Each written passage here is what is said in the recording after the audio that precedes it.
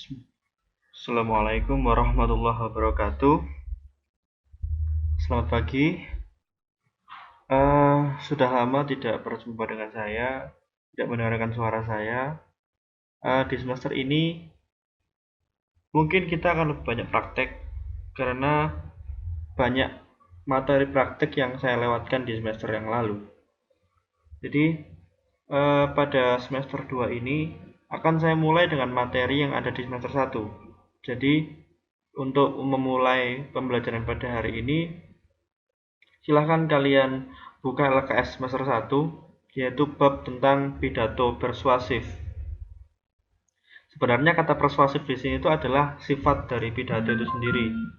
Karena memang pidato itu harus bersifat persuasif. Nanti akan dijelaskan persuasif itu apa untuk yang belum tahu.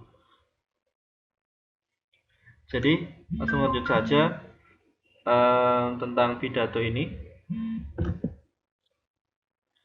Pidato adalah kegiatan berbicara di depan umum yang menyatakan gagasan, pikiran, pandangan, arahan, atau pesan. Komunikasi yang terjadi adalah satu arah, karena pendengar atau pembaca hanya bisa mendengar atau membaca saja pidato tersebut. Orang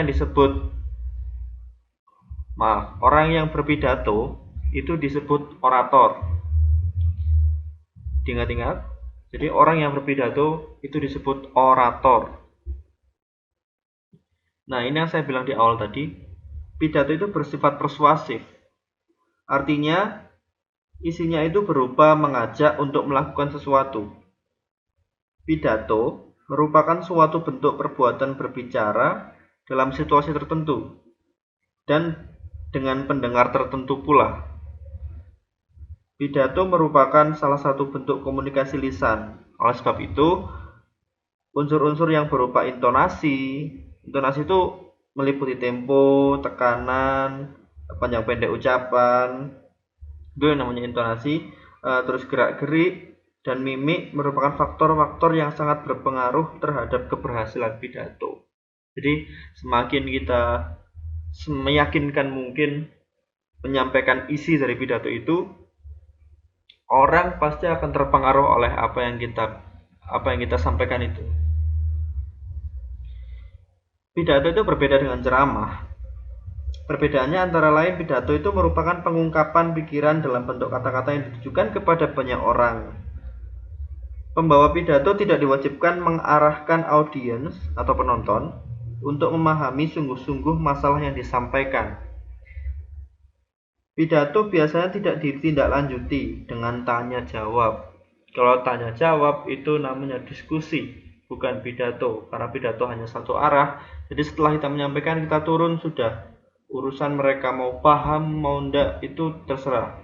Tapi pidato yang baik, sekali kita menyampaikan itu, maka orang yang mendengarkan itu akan tertarik. Bukan tertarik, terbawa, terpengaruh oleh apa yang kita sampaikan itu. Selain itu, isi pidato itu lebih bersifat umum sih. Lalu ada 5 istilah yang ada di dalam pidato. Yang pertama, gagasan. Gagasan itu adalah kesan dalam dunia batin seseorang yang hendak disampaikan kepada orang lain. Gagasan berupa pengetahuan, pengamatan, keinginan, perasaan, dan sebagainya. Jadi itu yang dinamakan gagasan. Jadi gagasan itu ada di dalam, bukan di luar. Gagasan itu adalah apa yang kita pikirkan. Itu bisa berupa pengetahuan, atau pengamatan kita, atau keinginan kita, atau perasaan kita, itu namanya gagasan. Lalu, yang kedua adalah pikiran. Pikiran, gagasan, dan pikiran. Berbeda, gagasan itu masih terlalu dalam. Awal mula dari sebuah pengetahuan, pengamatan, keinginan itu yang namanya gagasan. Kalau pikiran itu hasil berpikirnya, sudah hasil dari ini benar apa enggak.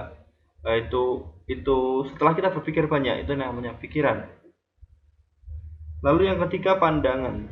itu adalah hasil melihat atau memperhatikan sesuatu, itu pandangan. Setelah kita mendengarkan pidato misalnya, pandangan kita berubah.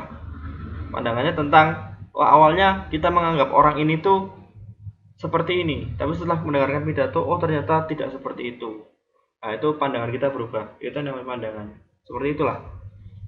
Lalu yang keempat, arahan. Arahan adalah petunjuk untuk melakukan sesuatu. Yang kelima itu adalah pesan. Pesan adalah perintah atau sesuatu hal yang ingin disampaikan kepada orang lain yang dapat diambil nilai positifnya. Pesan itu selalu bersifat positif. Ingat-ingat bahwa pesan itu selalu bersifat positif. Jadi setiap kali pidato itu disampaikan harus ada pesan di dalamnya. Apabila tidak ada pesan, pidato itu kosong. Karena memang pidato itu memang diciptakan, orator itu menyampaikan sesuatu kepada audiens, kepada penonton, yaitu untuk menyampaikan sesuatu, untuk memberikan pesan kepada pendengar-pendengar itu, penonton-penonton itu. Jadi memang ya pesan itu hal yang paling penting. Jadi gagasannya apa, nanti pesannya di akhir itu apa, itu yang hal yang paling penting di dalam sebuah pidato.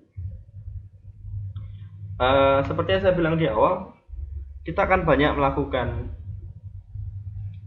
praktek sebenarnya. Jadi di semester ini nanti akan di bab 1 ini kalian akan melakukan praktek pidato di sekolah nanti setelah PSBB selesai. Jadi untuk kali ini saya bahas dulu pidato itu apa, nanti kalian juga membuat pidato seperti apa. Jadi itu ya. Nah, nanti kalian akan praktek satu-satu dan tema sudah saya tentukan, nama-namanya juga sudah saya bagi. Begini deh. Untuk tugas yang pertama nanti juga bisa kalian baca di GCR, tapi saya bacakan di sini juga. Yang pertama, rangkumlah materi yang ada di video ini. Jadi setelah kalian mendengarkan saya tadi, apa sih pesan yang bisa kalian tulis, yang bisa kalian rangkum, yang penting-penting saja, itu yang kalian catat. Yang kedua, jelaskan tujuan pidato. Saya tadi udah menjelaskan tujuan pidato itu apa. Pidato itu untuk apa. Jadi itu nanti kalian jelaskan. Yang ketiga, tuliskan isi pidato yang pernah kamu dengar sebelumnya di TV ataupun secara langsung. Jadi ketika kalian di TV pasti pernah mendengar orang berpidato, atau kalian entah di mana kalian pernah mendengarkan pidato juga. Itu yang kalian tuliskan isinya saja. Tidak usah terlalu panjang, tapi inti dari pidato itu apa, pengaruhnya buat kamu apa. Saya kira untuk minggu pertama sekian saja, karena nanti di minggu kedua kalian akan mendapatkan banyak harus melakukan banyak persiapan untuk minggu-minggu selanjutnya karena kalian akan praktek. Jadi saya akhiri cukup sekian. Semoga semuanya selalu sehat, dilindungi Allah Subhanahu wa taala. Saya akhiri, wassalamualaikum warahmatullahi wabarakatuh.